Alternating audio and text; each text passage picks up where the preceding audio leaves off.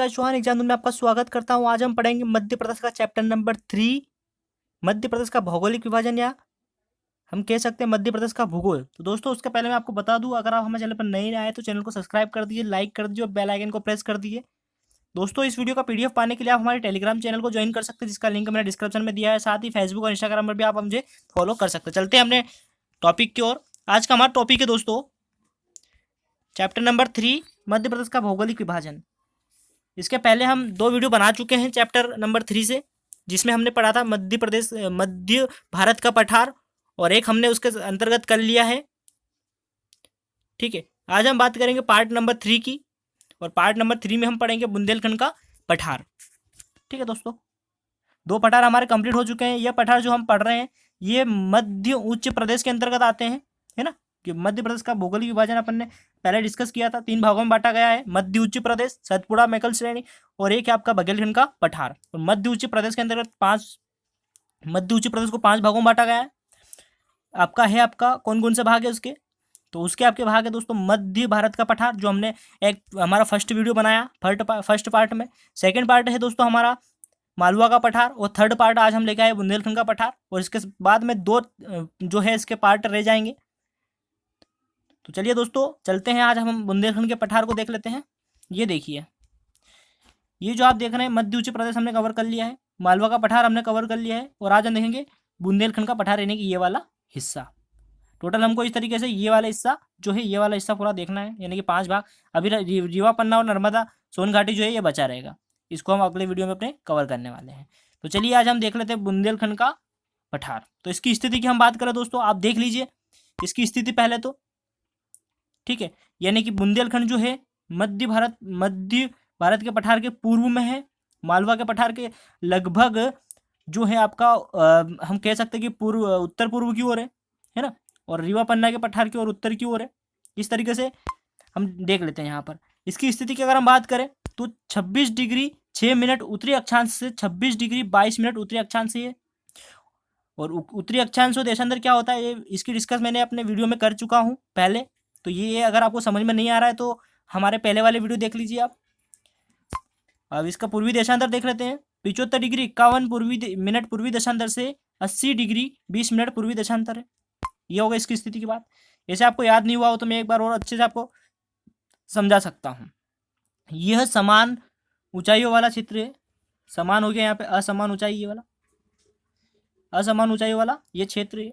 इसके उत्तर में यमुना का मैदान है दोस्तों। इसके उत्तर में जो है यमुना का मैदान है, यानी कि जो हम बात करें यूपी में है ना, यूपी वाला जो हिस्सा है ये इसके उत्तर में। दक्षिण में इसके है विंध्याचल, राइट बात है, इसके दक्षिण में विंध्याचल पर्वत, और इसके पूर्व में बघेलखंड का पठार। बघेलखंड का पठार इसके पूर्व में, और पश्चिम में मालवा का पठार स्थित है ना। पश्चिम में मालवा का पठार स्थित है। इसका जो ढाल है वो उत्तर की ओर है, यानी कि हमने अभी डिस्कस किया। ये जो है इसके उत्तर में, यानी बघेलखंड के पठार के उत्तर में है ना, ये है आपका जो हिस्सा है, ये है आपका यमुना का मैदान है ना। दूसरी बात हमने इसके अंदर बात की, दक्षिण में विंध्याचल है इसके, यानी कि इसके दक्षिण में जो है विंध्याचल है।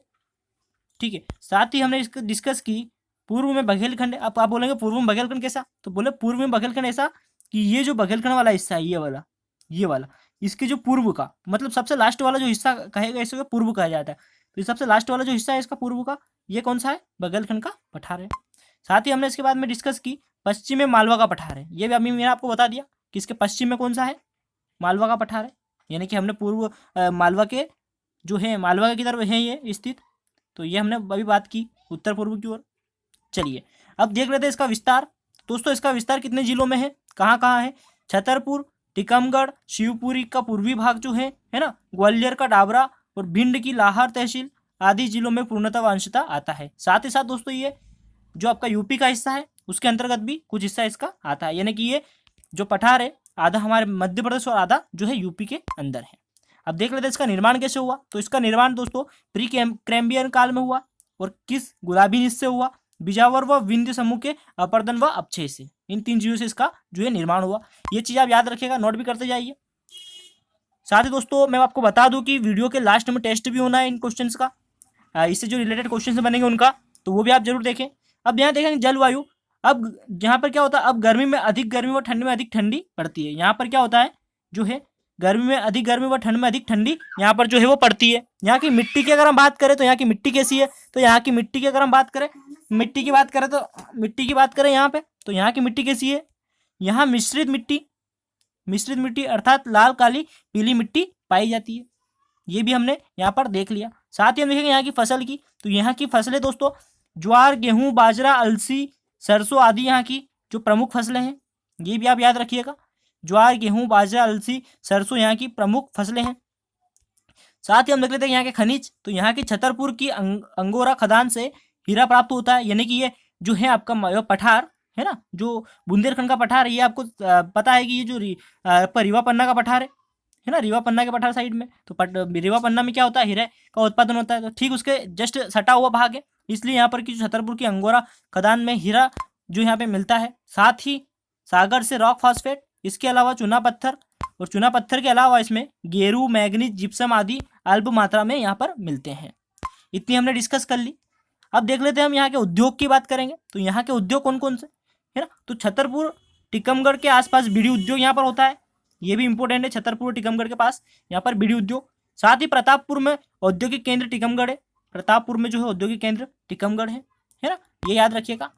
मोटे अनाजों की यंत्रीकरण और ओमान के सहयोग से स्थापित बिना रिफाइन, ये बहुत इंपॉर्टेंट हो गया कि बिना रिफाइन जो है ये किसके सहयोग से, तो ओमान के सहयोग से ये बिना रिफाइन स्थापित हुई है, बिना रिफाइन ठीक है। साथ ही हम देखेंगे यहाँ की जनजाति, तो यहाँ की जनजाति कौन कौन सी है, तो यहाँ की जनजाति सहरिया, बनेड़ी यहाँ की प्रमुख जो है जनजाति है, और भी बहुत सारी जनजाति है, वो हम जनजाति के चैप्टर में कवर कर लेंगे। चलिए चलते हैं यहाँ पे पर्यटन। तो दोस्तों ये एक अच्छा टॉपिक हो जाता है कि पर्यटन, ये इससे क्वेश्चन जो है पूछे जाते हैं पर्यटन से। विश्व धरोहर सूची में शामिल खजुराहो, जो खजुराहो है वो विश्व धरोहर सूची में शामिल है। साथ ही ओरछा में खूनी दरवाजा भी, और चंदेरी में अशोकनगर, सोनागिरी जो दतिया में है आदि पर्यटन स्थल यहाँ पर शामिल है। अब यहाँ के विशेष बात कर ले हम कि यहाँ पर विशेष क्या है, तो यहाँ पर दोस्तों सबसे इंपॉर्टेंट हो जाता है इस पठार की सबसे ऊंची चोटी सिद्ध बाबा, इस पठार की ये क्वेश्चन में पूछा जाता है, ठीक है। तो इसकी सबसे ऊंची चोटी कौन सी है, सिद्ध बाबा।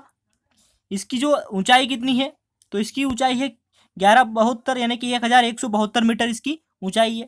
ये आप याद रखिएगा। अभी टेस्ट भी होना, लास्ट में टेस्ट तक बने रहिए आप, टेस्ट भी देना है आपको। देखिए इसके बाद देखते हैं अपन, यह मध्यकाल में चंदेल व बुंदेलों का राजनीतिक स्थल रहा है। यानी कि अभी हम डिस्कस की थी चंदेल और बुंदेल जो यहाँ पर है, इनका राजनीतिक स्थल ये रहा है।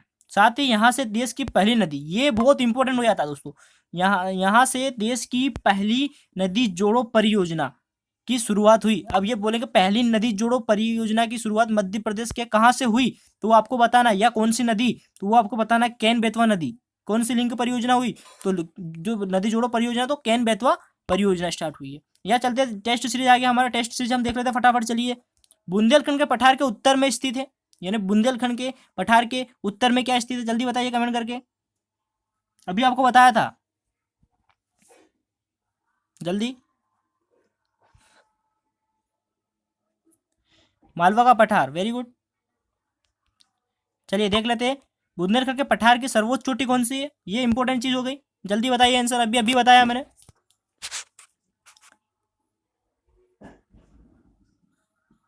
जी कहाँ पर है, कौन सी चोटी है, तो ये आपकी सिद्ध बाबा 1172 मीटर जो है, 1172 मीटर सिद्ध बाबा चोटी। चलते अगला क्वेश्चन की ओर। ओमान के सहयोग से स्थित बिना रिफाइनरी कहाँ स्थित है, ये बताइए, जल्दी बताइए, कमेंट करके बताइए। जाहिर सी बात है बुंदेलखंड पर, तो बुंदेलखंड के पठार के अंतर्गत ही होगी ना।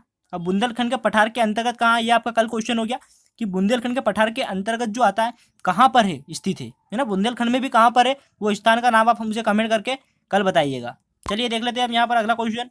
बुंदेलखंड का पर्यटन स्थल विश्व धरोहर सूची में शामिल वह कौन सा है, बताइए, जल्दी कमेंट करिए। कमेंट सेशन में थोड़ा जल्दी कमेंट कर दीजिए, अभी पढ़ा हमने।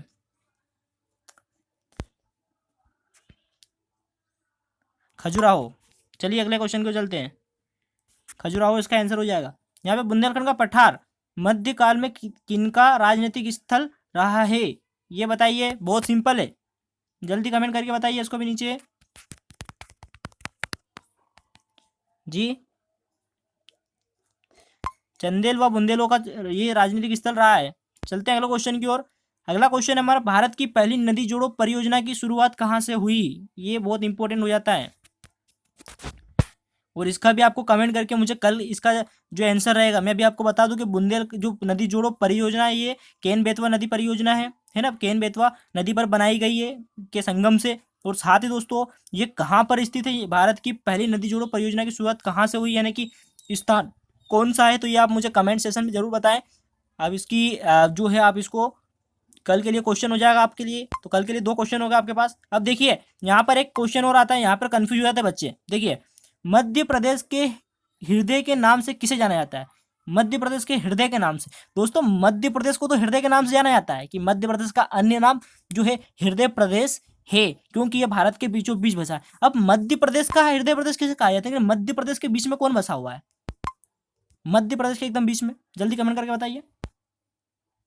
सॉरी मैंने आपको बताया ही नहीं, चलिए मैं बता दूं। जो हृदय प्रदेश कहा जाता है वो कहता है सागर को, सागर को मध्य प्रदेश का हृदय प्रदेश कहा जाता है। तो दोस्तों कैसा लगा आपको हमारा टेस्ट? वीडियो को लाइक कर दिए, शेयर कर दिए और अपने दोस्तों में जरूर जो है शेयर करें आप।